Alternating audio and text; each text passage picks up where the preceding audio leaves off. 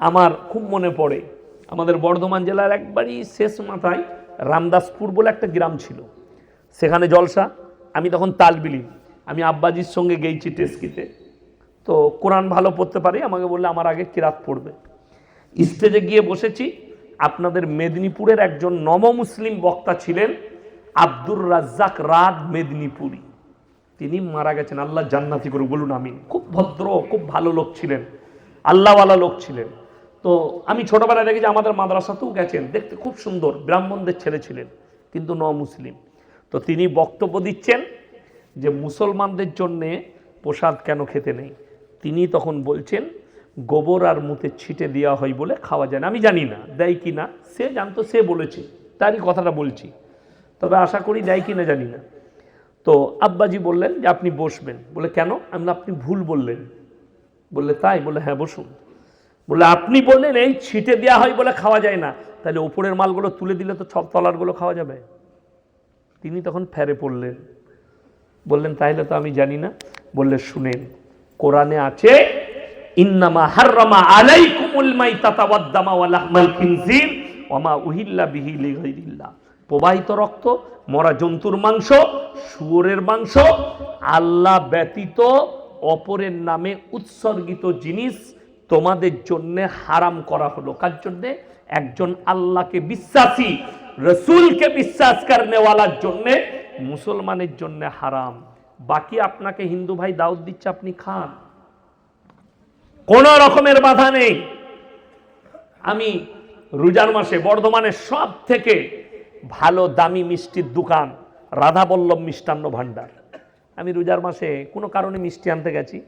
তো তাদের যে মালিক আছে সে প্রণাম করলো, স্যার আপনি একটু 5 মিনিট 10 মিনিট দাঁড়াবেন? আমি কেন? বলে আমার ছেলে আপনার বক্তব্য খুব শুনে দেখা করবে। তো আমি বললাম ঠিক আছে, আমি বসছি।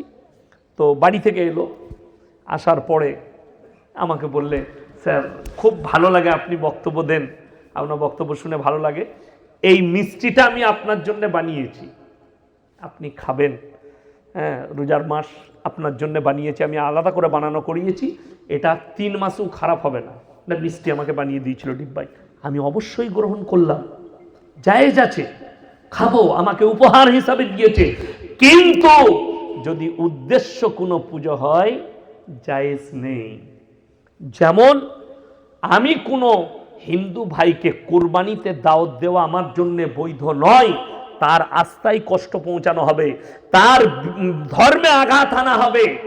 ওই রকমই যারা বলছে ভুল বার্তা দিচ্ছে। আমি মুর্শিদাবাদে দেখলাম দীপাবলির উৎসবে একটা গানের স্টেজ চলছে, মুর্শিদাবাদের এক হারামখোর বক্তা দেখছি দাঁড়িয়ে আছে নায়িকার পাশে, তাকে এত ভালো লেগেছে, তার ফটো উঠলো, জাতি তাকে দেখছে। এতে কি হচ্ছে? আল্লাহ রাসূল সাল্লাল্লাহু আলাইহি সাল্লামের হাদিস সত্য হচ্ছে, আমার উম্মতিরা মুশরিক হয়ে যাবে, কাফের হয়ে যাবে। এরপর আগে চলুন, কেমন ভাবে মুশরিক হবে? আমি ইয়াসিন শিরক বলে দিই, খালি কত মারাত্মক। আমি ইয়াসিন বেঁচে আছি না নাই কথা বলছি, যখন বেঁচে আছি। এখন ইমাম সাহেব ভাই যদি বলে হুজুর আমাকে 100 টাকা দেন, পকেট থেকে বার করে দিতে পারবো না? কথা বলে না? দিতে পারবো না? পারবো না? পারবো। আচ্ছা আমি মরে গেছি, মারা গেছি, আমি আর দিতে পারবো? কথা বলেন। আমি মারা গেছি, ইনি চাইছেন টাকা দাও, আমার আর ক্ষমতা আছে দিবার? নাই। এইটা যদি মুসলমান বুঝতে পারে যে ইয়াসিন সাহেব বেঁচে থাকলে পকেট থেকে টাকাটা বার করে দিতে পারতো, মারা গেছে আর তার ক্ষমতা নাই দিবার, তাহলে আমি মরে গেলে আমার কবরে কি করে ভালো মন্দ চাইবে? কথাটা বুঝতে পারেননি? লোক মাজারে গিয়ে ছেলে চাইছে, লোক ঢিপিতে গিয়ে ছেলে চাইছে, লোক অমুক জায়গায় গিয়ে ছেলে চাইছে, তাহলে তারা কি করে দিতে পারবে? আমি বেঁচে থাকতে দিতে পারতাম।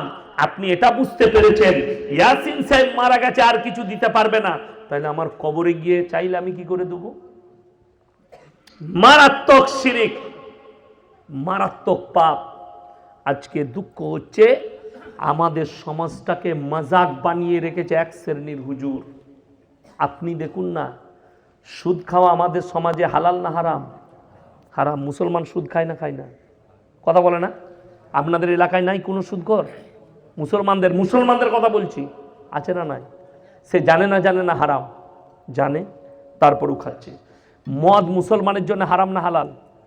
মুসলমান খাচ্ছে না খায়নি? মুসলমান বেচছে না বেচেনি? বেচছে। লটারির টিকিট হারাম না হালাল? হারাম। আপনাদের এই বাজারে দেখিয়ে দেবো মুসলমান লটারি বেচছে, আমি জানি না তাও বলছি না। ঠিক বললাম না ভুল বললাম? অথচ আপনারা নিজের মুখে বলছেন হারাম, আর ইসলামী শরীয়ত বলছে হারাম, আর কাটছেও মুসলমান। এরা তো জান্নাতে যাবার লেগে বেশি হুড়ুহুড়ি করে, আর জান্নাতে যাবার লাইনটা কত ভালো আমাদের, অসুবিধা নাই। ইয়াসিন ভাই বললি বা আমাদের ঠিক লাইন ঠিক আছে। লাইনটা কিভাবে ঠিক আছে? আমাদের দেশে লোক মরে গেলেই মিলাদ, মিলাদ হয় না? হয় না? মানুষ মরে গেছে, হুজুর মিলাদ পড়াতে হবে। সারা জিন্দগি সুদ খেয়ে মরে গেছে, ইয়াসিন হুজুরকে দাওয়াত দিয়েছি, জয়নাল ভাইকে দাওয়াত দিয়েছি, শওকত সাহেবকে দাওয়াত দিয়েছি, 10,000 দুবো দেশি মুরগি দিয়ে ভাত দেবো, আমার বাপকে জান্নাতে ঢুকিয়ে দেবে। তোর হুজুরও মার খাবে, তুইও খাবি, তোর রেডি থাক। এত কষ্ট লাগে। এই যেমন জলসা হয়, মাদ্রাসার জলসা, মসজিদের জলসা হয় না? হয় না? হয়। মাদ্রাসার আদায় হচ্ছে, আর আমাদের দেশের সুরকার বক্তা আছে আদায় করে, কি বুঝলেন? বক্তা কি করে জানবে কে কি?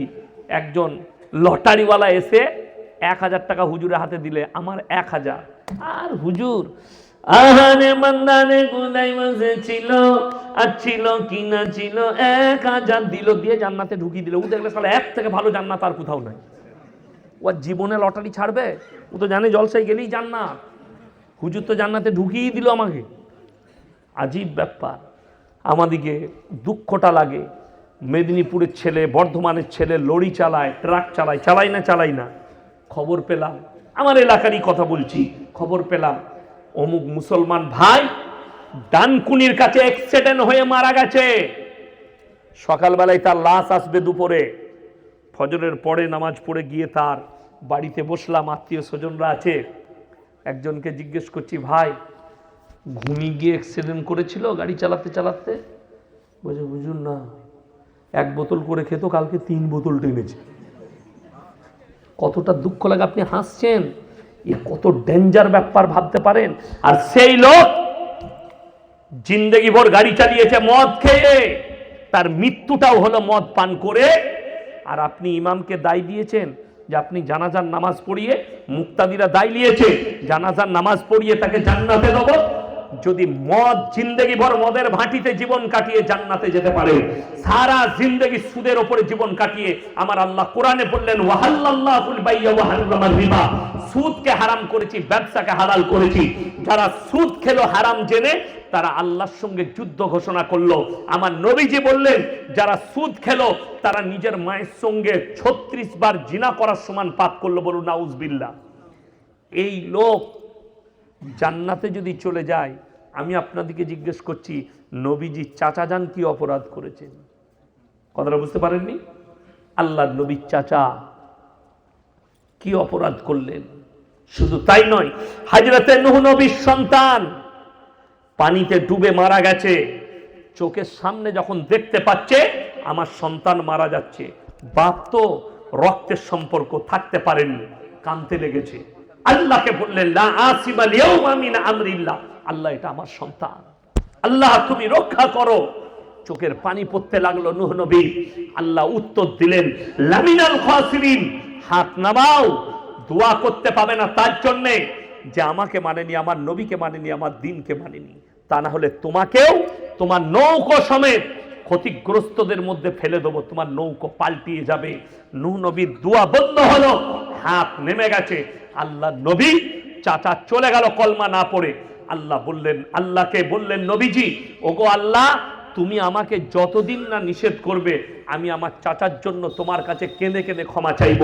আল্লাহ কোরআন পাঠালেন মা কানা লিন নবী ওয়াল্লাযীনা আমানু আন ইস্তাগফিরু লিল মুশরিকিন ওয়ালাউ কানু উলি কুরবা। হে আমার নবী শুনে নাও, যারা মুশরিক হয়ে বেঈমান কাফের বদদিন হয়ে মারা গেছে তাদের জন্য দোয়া করতে পাবে না যদিও তারা তোমাদের নিকটতম আত্মীয় হয়। আজকে দুঃখ, আপনি সকাল থেকে ছুটে বেড়াচ্ছেন, বক্তারা জলসায় আসছে, তাদেরকে বলছেন হুজুর এসআইআর নিয়ে মানুষকে বুঝিয়ে দিবেন। আজীব ব্যাপার, আপনি এসআইআর নিয়ে বক্তাকে বুঝাতে বলছেন। আমরা বক্তারা বুঝাচ্ছি, ভয় খাবেন না।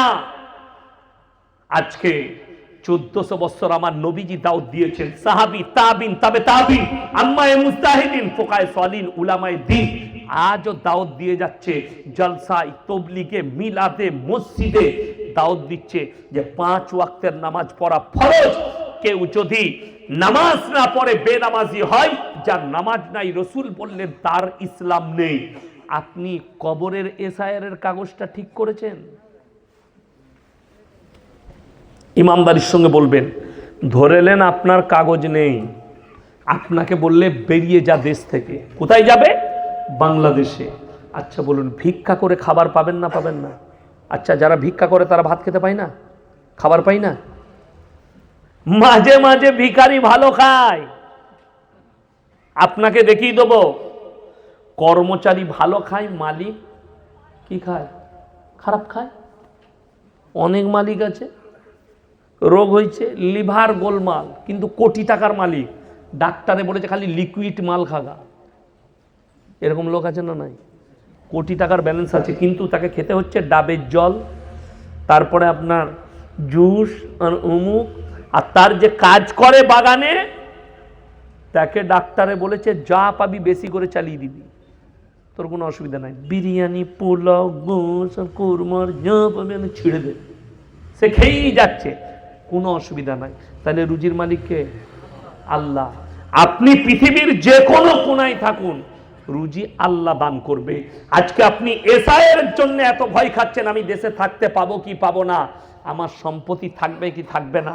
আমার বন্ধুগণ, আমার ভাই, আপনি একবারও ভেবেছেন যে আমি কবরে যাওয়ার পরে আমার কবরের কাগজ যদি গোলমাল হয়, আমি ওইখান থেকে কি করে বেরোবো? ওখান থেকে বেরোবার রাস্তা নাই, ওখানে একটাই রাস্তা, যদি আপনি মুমিন হন আপনার জন্য ভালো, আর আপনি যদি বেঈমান প্রমাণিত হয়ে যান, আপনি বদ্দিন প্রমাণিত হয়ে যান, আল্লাহর কসম আপনার আযাব হবে। হবে না? হবে না? আচ্ছা বলুন, এখন যদি ইয়াসিনের নামটা এসআইআর থেকে কাটা যায়, এখন আমার যারা বন্ধু বান্ধব আছে, আত্মীয় স্বজন আছে, কি বুঝলেন, এই আমার সাথে আমার পাশে বসে আছেন, ইনাকে সাধারণ ভাববেন না, আমার মাদ্রাসার মেম্বার, পুরসা মাদ্রাসা প্লাস মসজিদের, আমাদের পুরসা মসজিদের প্রেসিডেন্ট, এবং আমার বর্ধমান জেলার পশ্চিম বাংলার সব থেকে প্রথম রাইস মিল হাজি জব্বার মন্ডল সাহেব, সম্ভ্রান্ত পরিবার, কয়েকশো বিঘে জমি, এখন 4খানা রাইস মিল ইনাদের, ইনি রাইস মিলের মালিক। আমি বললাম চলুন, আমার খুব অন্তরের মানুষ, বন্ধু মানুষ, এমন একবার মেদিনীপুর থেকে ঘুরে আসি, চলুন রাঙ্গামাটি থেকে। তো ইনি এসছেন আমার সাথে, আমাদের মসজিদের প্রেসিডেন্ট।